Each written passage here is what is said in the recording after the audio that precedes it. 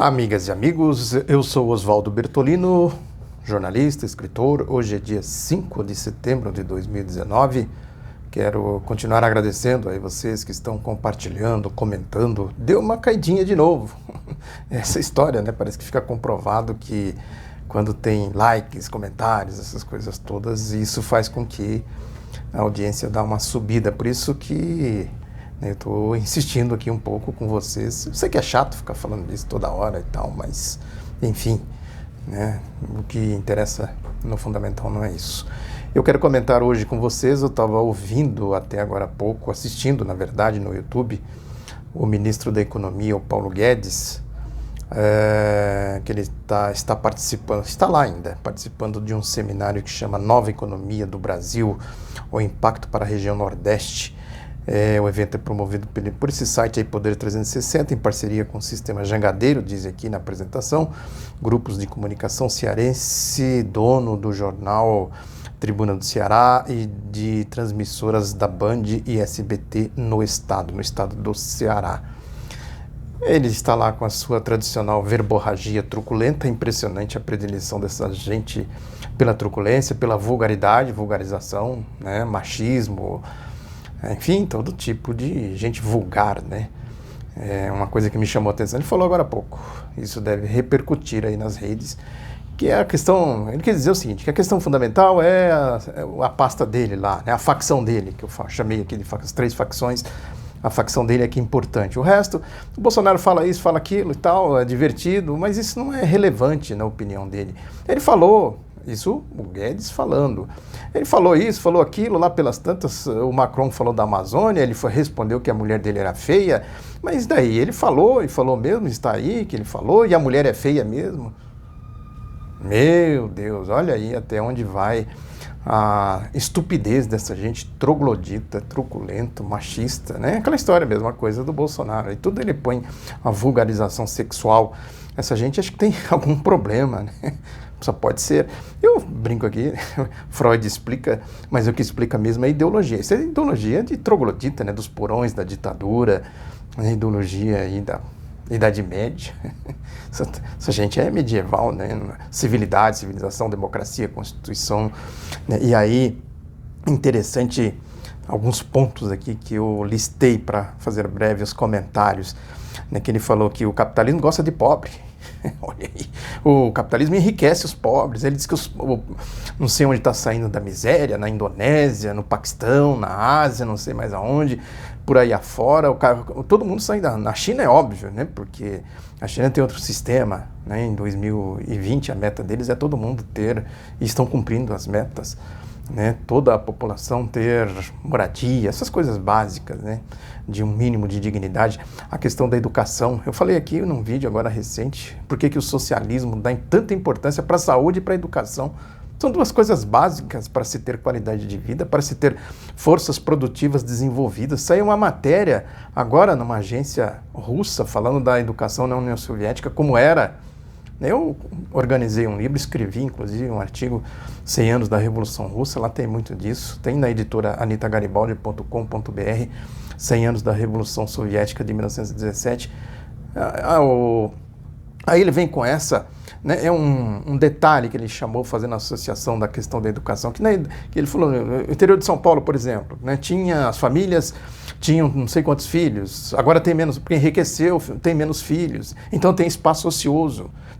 Na lógica dele, tem que tirar recursos da educação, agora os velhinhos não têm ambulância.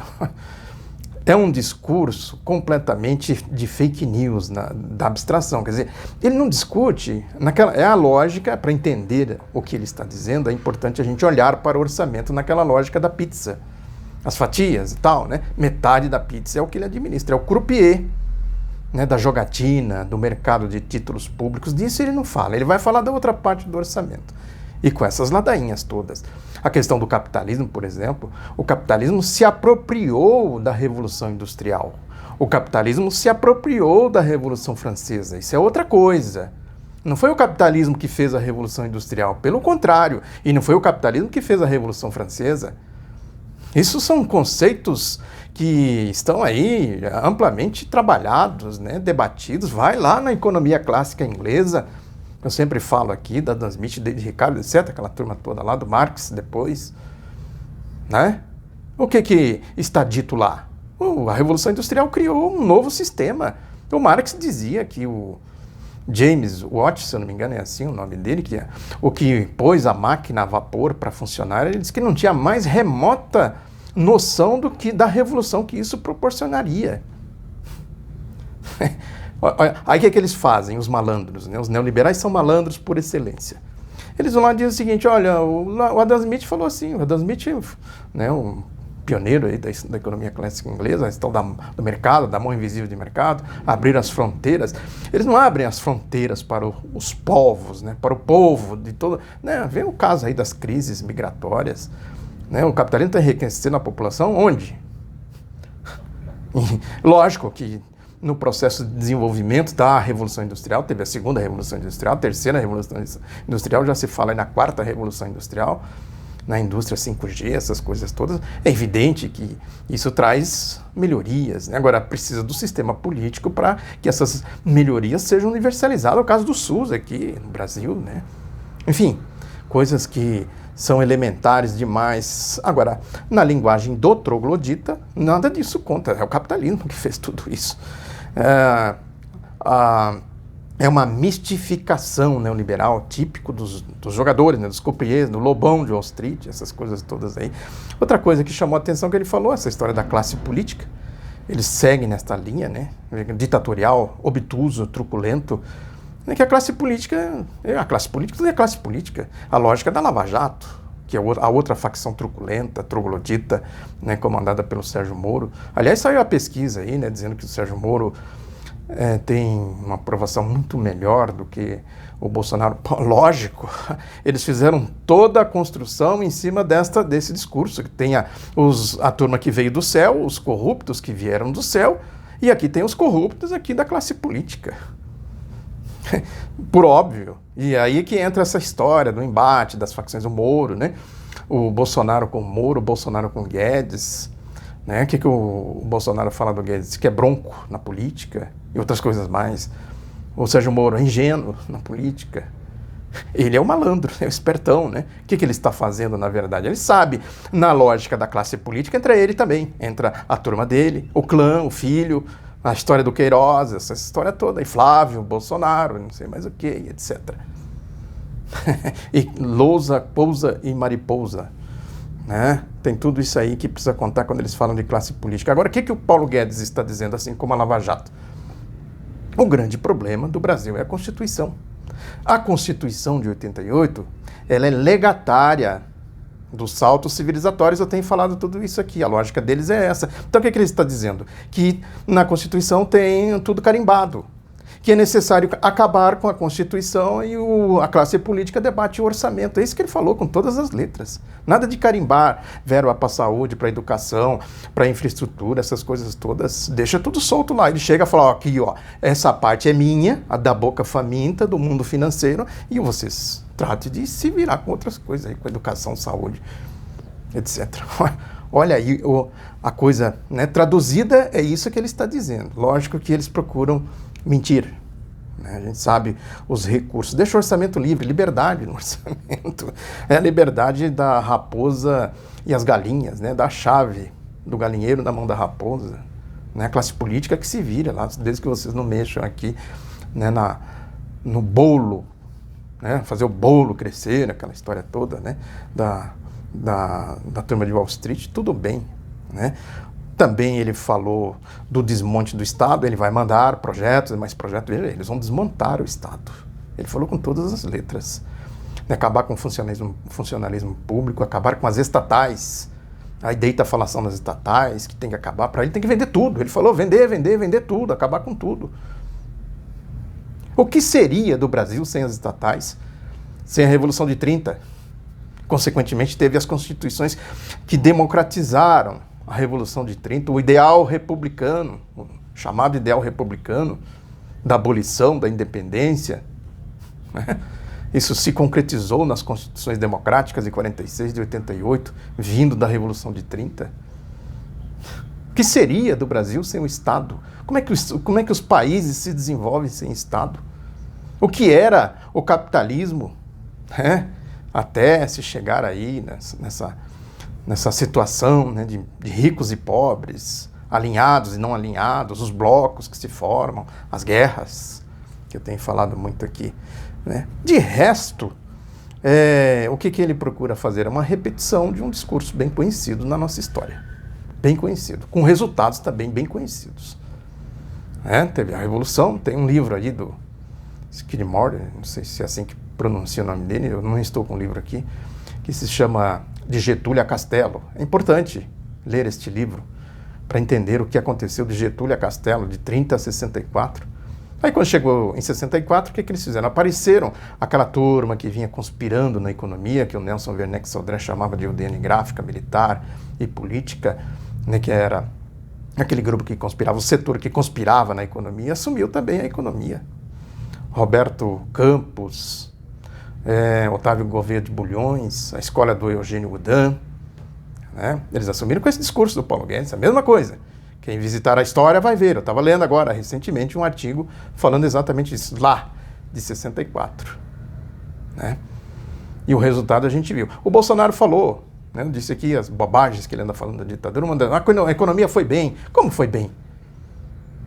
E a crise que começou em 73? Leia aqui, ó, Aurélio Pérez. Biografia do Aurélio Pérez aqui. Os debates que se faziam na Câmara dos Deputados.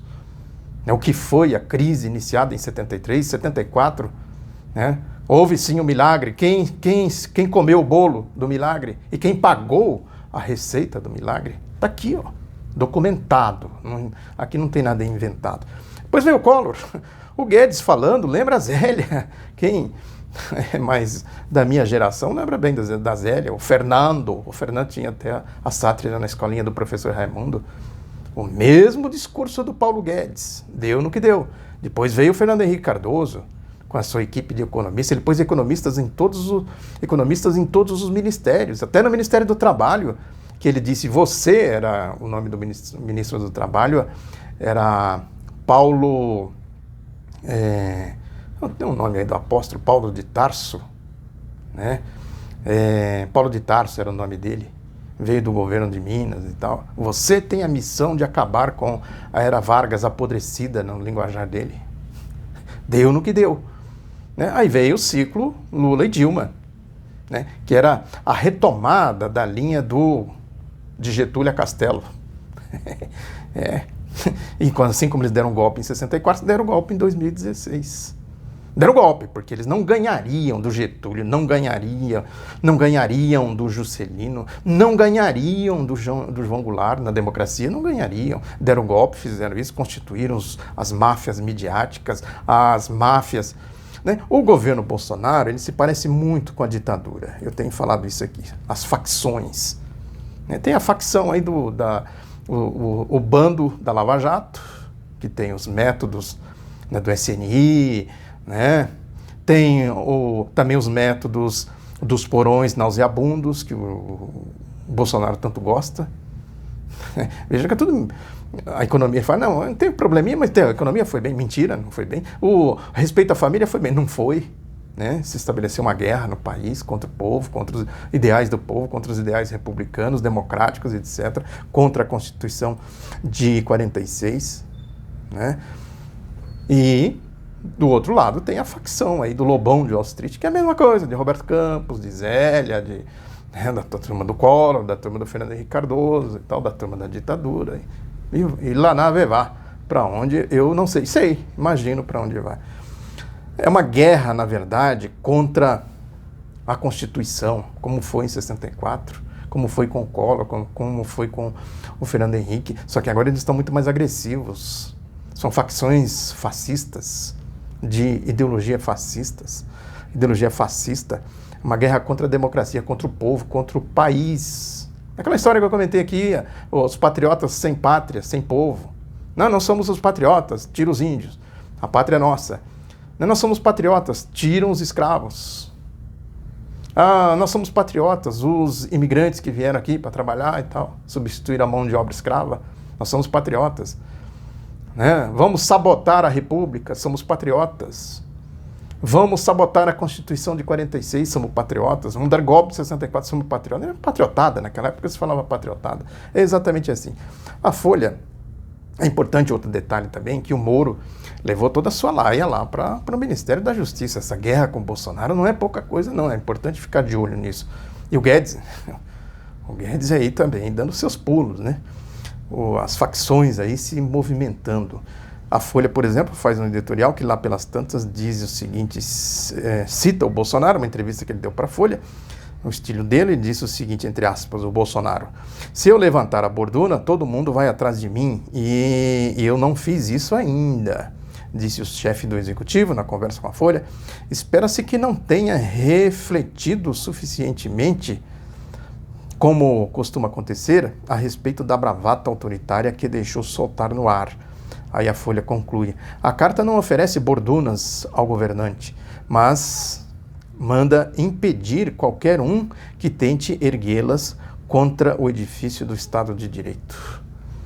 Eles atentaram já contra o Estado de Direito, a gente sabe disso. Tal. O que a Folha está dizendo aqui?